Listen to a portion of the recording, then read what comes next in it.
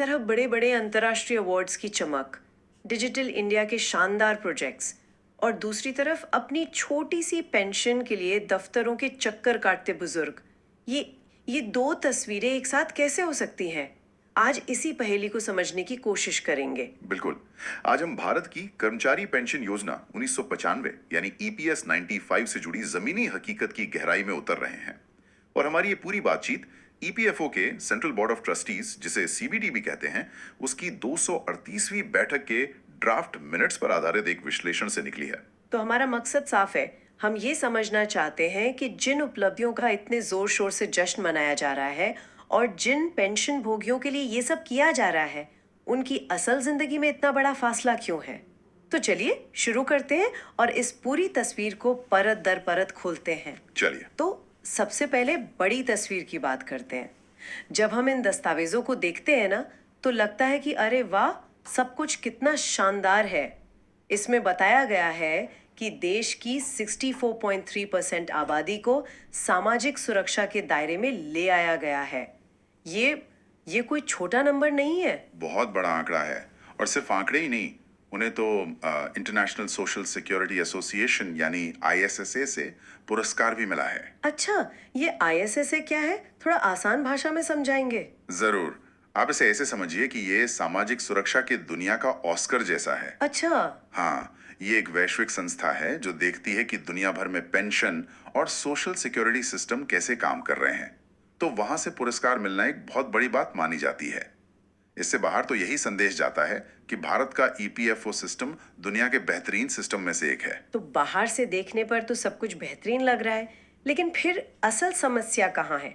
हमारे स्रोत के मुताबिक पेंशन भोगियों की जो असली शिकायतें हैं, जो उनकी रोजमर्रा की परेशानियां हैं, उन्हें बोर्ड की मीटिंग के एजेंडा में आखिर में कहीं अन्य सुझाव या सूचना जैसी छोटी मोटी हेडिंग के नीचे डाल दिया जाता है। और यहीं से प्राथमिकता का सवाल खड़ा होता है।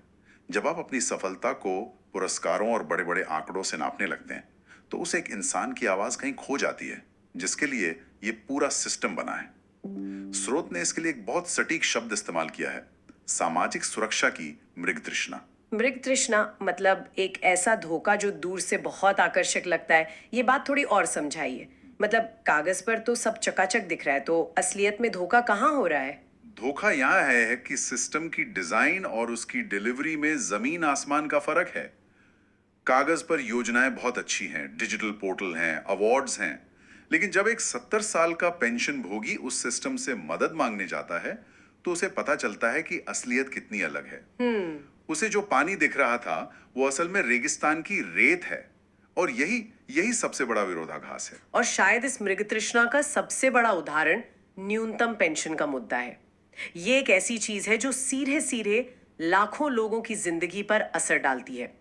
दस्तावेज बताते हैं कि श्री आर करुमलायन और श्री सुंकारी मल्लेशम जैसे मजदूर प्रतिनिधियों ने बोर्ड में ये मुद्दा जोर जोर से उठाया भी। हाँ, उन्होंने साफ कहा कि देश भर में पेंशन भोगियों में इसे बढ़ाने को लेकर बहुत ज्यादा उम्मीदें हैं। रोज अखबारों में, सोशल मीडिया पर चर्चा होती है।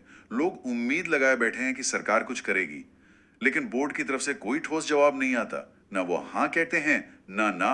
और जब इस पे जवाब मांगा गया तो चेयरमैन ने कहा कि उचित निर्णय लिया जाएगा। ये तो बहुत ही गोलमोल जवाब हुआ। बिल्कुल, ये एक तरह से मामले को टालने जैसा है। जरा सोचिए, कोई 80 साल का पेंशन भोगी है। वो हर दिन अखबार में उम्मीद से खबर ढूंढता है कि शायद आज उसकी 1000 रुपए की पेंशन में कुछ बढ़ोतरी हो। और जवाब में उसे सिर्फ ये सुनने को मिलता है, हाँ, कि उचित निर्णय लिया जाएगा। ये तो उनकी उम्मीदों से खेलने जैसा है।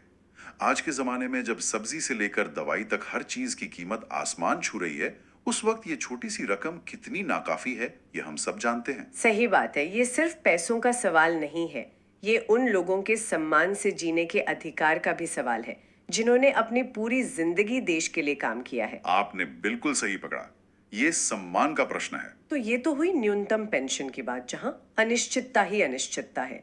अब आते हैं ऊंची पेंशन पर। 2022 में माननीय सुप्रीम कोर्ट का एक बड़ा फैसला आया था ऊंची तनख्वाह पर पेंशन यानी पेंशन ऑन हायर वेजेस को लेकर। तब लगा था कि चलो एक बड़ी राहत मिलने वाली है, सेंट्रल प्रोविडेंट फंड कमिश्नर यानी सीपीएफएस ने तो दावा भी किया है कि प्रक्रिया बहुत तेज चल रही है। हाँ, दावा तो यही है, लेकिन जमीनी हकीकत यह है कि पेंशन भोगियों के आवेदन छोटी छोटी बातों पर अटक जाते हैं और ये छोटी छोटी बातें कई बार बहुत अजीब होती हैं। जैसे कि उनसे फॉर्म 3A मांगा जाता है। अब ये वो दस्तावेज है जिसमें उनकी तनख्वाह का ब्यौरा होता है जो सालों पहले उनके दफ्तर और ईपीएफओ के बीच साझा किया गया था। आज की तारीख में ये जानकारी। एक मिनट रुकिए, फॉर्म 3A तो ईपीएफओ का अपना रिकॉर्ड होना चाहिए। बिल्कुल। ये तो ऐसा हुआ कि मैं बैंक जाऊं और बैंक मुझसे ही मेरा अकाउंट बैलेंस का सबूत मांगे। ये तो अजीब बात है। बिल्कुल, ये एक क्लासिक ब्यूरोक्रेटिक समस्या है। आप आवेदक पर ही वो जानकारी लाने का बोझ डाल रहे हैं जो आपकी अपनी फाइलों में दबी होनी चाहिए। और सोचिए, एक व्यक्ति जो 20-25 साल पहले रिटायर हो चुका है, वो अब 30-40 साल पुराने दस्तावेज कहां से लाएगा? सही बात है, कंपनियां बंद हो चुकी होंगी, रिकॉर्ड्स नहीं होंगे। हाँ, रिकॉर्ड्स जल गए हैं या खो गए हैं। ये एक तरह से असंभव काम करने को कहना है। और मुझे लगता है कि सिर्फ कागजी कार्रवाई नहीं, आर्थिक बोझ भी एक बहुत बड़ी चुनौती है।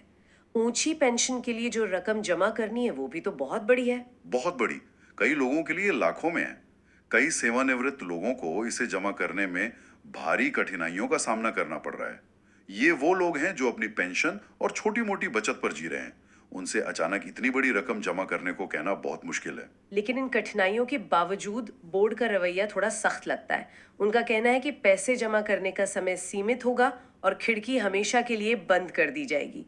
ये डेडलाइन वाला रवैया थोड़ा कठोर नहीं लगता? ये रवैया सिर्फ कठोर नहीं बल्कि जमीनी हकीकत से कटा हुआ भी लगता है। आप हर किसी को एक ही लाठी से नहीं आंक सकते। हाँ। हर किसी की वित्तीय स्थिति अलग होती है। किसी को प्रॉपर्टी बेचनी पड़ सकती है, किसी को लोन लेना पड़ सकता है, इसमें वक्त लगता है। यहाँ जरूरत एक सख्त डेडलाइन की नहीं बल्कि स्थानीय अधिकारियों को थोड़ी समझदारी दिखाने और केस टू केस आधार पर फैसले लेने का अधिकार देने की है। थोड़ी मानवीय संवेदना की जरूरत है। तो एक तरफ पेंशन की रकम और प्रक्रिया को लेकर इतनी दिक्कतें हैं, और मुझे लगता है ये जो ईपीएफओ 3.0 और डिजिटल क्रांति की बात हो रही है वो शायद इन्हीं मुश्किलों को हल करने के लिए है, या शायद और बढ़ा रही है। ये बहुत दिलचस्प सवाल है क्योंकि कागज पर तो ईपीएफओ 3.0 प्रोजेक्ट बहुत आकर्षक है।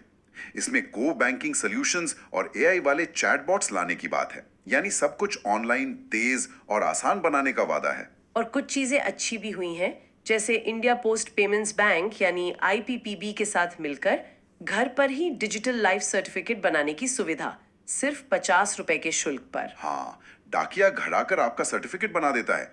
ये तो वाकई एक अच्छा कदम है, खासकर उन बुजुर्गों के लिए जो चल फिर नहीं सकते। बिल्कुल। बेशक ये एक सराहनीय कदम है, लेकिन ये सिक्के का सिर्फ एक पहलू है।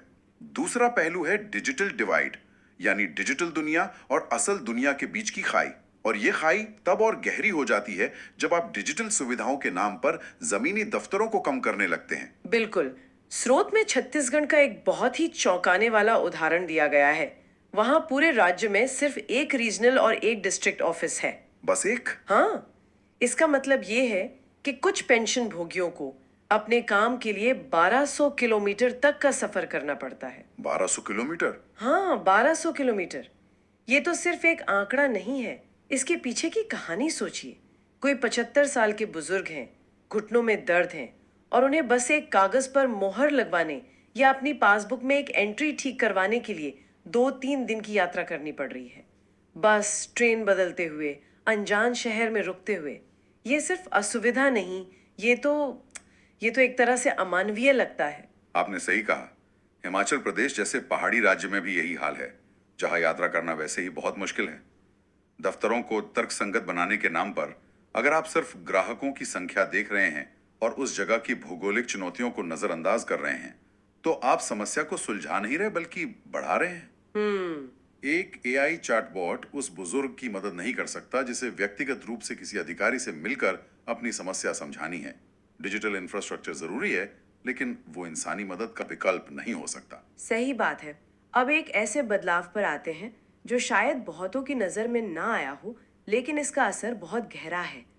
बोर्ड ने ईपीएस 1995 के पैरा 14 में एक बदलाव को मंजूरी दी है। पहले अगर कोई नौकरी छोड़ता था तो 2 महीने बाद अपने पेंशन खाते से पैसे निकाल सकता था। हाँ। अब इस इंतजार की अवधि को बढ़ाकर 36 महीने यानी 3 साल कर दिया गया है। 3 साल। और इसके पीछे तर्क दिया गया है कि इससे सदस्यों की भविष्य की वित्तीय सुरक्षा सुनिश्चित होगी। बोर्ड का मानना है कि लोग बहुत जल्दी अपने खाते बंद कर देते हैं और अपनी लंबी अवधि की बचत खो देते हैं। उन्होंने आंकड़ा भी दिया कि 2022-23 में 31 लाख लोगों ने अपने खाते बंद कर दिए। लेकिन क्या इसे सुरक्षा कहना सही है? अगर किसी की नौकरी चली जाए और उसे सच में घर चलाने के लिए, बच्चों की फीस भरने के लिए या किसी मेडिकल इमरजेंसी के लिए पैसों की जरूरत हो, तो ये 3 साल का नियम तो हाँ, तो उसके लिए एक दीवार खड़ी करने जैसा हुआ। क्या बोर्ड ने इस पहलू पर सोचा? यही सबसे बड़ा सवाल है। इस बदलाव से ये सिस्टम एक सेफ्टी नेट यानी सुरक्षा कवच होने के बजाय एक अनिवार्य बचत की योजना बनता जा रहा है। अच्छा, देखिए, एक सेफ्टी नेट का मतलब होता है कि जब आप गिरें तो वो आपको बचा ले। वो लचीला होना चाहिए जो जरूरत के वक्त आपके काम आए। लेकिन जब आप उस तक पहुंचने का रास्ता ही इतना मुश्किल और लंबा बना दें तो वो कैसा सेफ्टी नेट? इसका मतलब यह है कि प्राथमिकता सिस्टम के कोष को बचाने की ज्यादा हो गई है, न कि उस सदस्य की तत्काल जरूरत को पूरा करने की जिसके पैसों से वो कोष बना है। बिल्कुल, ये एक बुनियादी बदलाव है। ये उस विश्वास को कमजोर करता है जो एक कर्मचारी इस सिस्टम में रखता है कि मुश्किल वक्त में ये पैसा मेरे काम आएगा। अब उसे पता है कि मुश्किल वक्त में भी उसे अपने ही पैसे के लिए 3 साल इंतजार करना पड़ेगा। तो आज की हमारी पूरी बातचीत को अगर समेटें तो तस्वीर साफ है। एक तरफ अंतर्राष्ट्रीय पुरस्कार है, डिजिटल इंडिया की बड़ी बड़ी बातें हैं, और दूसरी तरफ न्यूनतम पेंशन की अनिश्चितता, ऊंची पेंशन की ब्यूरोक्रेटिक बाधाएं, दूर दराज के इलाकों में दफ्तरों की कमी और अब अपने ही पैसे निकालने के लिए 3 साल का लंबा इंतजार। ये सब मिलकर एक बहुत ही परेशान करने वाली तस्वीर बनाते हैं। और इस तस्वीर में एक और दिलचस्प रंग है। बोर्ड ने हाल ही में शैक्षिक प्रचार अभियानों के लिए 24 करोड़ रुपए मंजूर किए हैं। 24 करोड़ रुपए किस लिए? लोगों को ईपीएफओ की योजनाओं के बारे में शिक्षित करने के लिए। फिल्में बनेंगी, सोशल मीडिया कैंपेन चलेंगे और इन नई योजनाओं के नाम भी बहुत आकर्षक रखे गए हैं, विश्वास और समाधान। विश्वास और समाधान? हाँ, लेकिन सोचने वाली बात यह है कि एक पेंशन भोगी के लिए विश्वास यानी विश्वास फिल्मों या सोशल मीडिया कैंपेन से नहीं बनता। विश्वास बनता है एक सम्मानजनक न्यूनतम पेंशन से जो वक्त पर मिले। विश्वास बनता है ऐसी सेवाओं से जिनके लिए उसे सैकड़ों किलोमीटर का सफर न करना पड़े। और असली समाधान यानी समाधान बड़े बड़े प्रोजेक्ट्स में नहीं, बल्कि उन छोटी छोटी बातों पर अटकी फाइलों को निपटाने में है। जब तक आप अंतर्राष्ट्रीय मील के पत्थर और डिजिटल मैट्रिक से ज्यादा तवज्जो एक कम आय वाले कर्मचारी की गरिमा और सम्मान को नहीं देंगे, तब तक ये सामाजिक सुरक्षा कई लोगों के लिए एक छलावा, एक मृग तृष्णा ही बनी रहेगी। बिल्कुल, जो उपलब्धियां ऊपर के स्तर पर मनाई जा रही हैं, उनका असर जमीन पर उस पेंशन भोगी तक पहुंचना चाहिए। जब तक उस आखिरी व्यक्ति के चेहरे पर संतोष नहीं दिखता, तब तक सारे अवार्ड्स और आंकड़े बेमानी हैं। तो जाते जाते एक सवाल श्रोताओं के लिए छोड़ जाते हैं। सोचने वाली बात यह है कि जब सामाजिक सुरक्षा के लिए बनाया गया कोई सिस्टम लोगों का विश्वास जीतने के लिए करोड़ों रुपए प्रचार पर खर्च करता है, तो ये सिस्टम की असल डिलीवरी पर लोगों के भरोसे के बारे में क्या कहता है? और ये भी कि किसी सामाजिक सुरक्षा प्रणाली की असली सफलता को किससे मापा जाना चाहिए, उसके द्वारा जीते गए अंतर्राष्ट्रीय पुरस्कारों से या उसके सबसे कमजोर पेंशन भोगी के जीवन की गुणवत्ता से।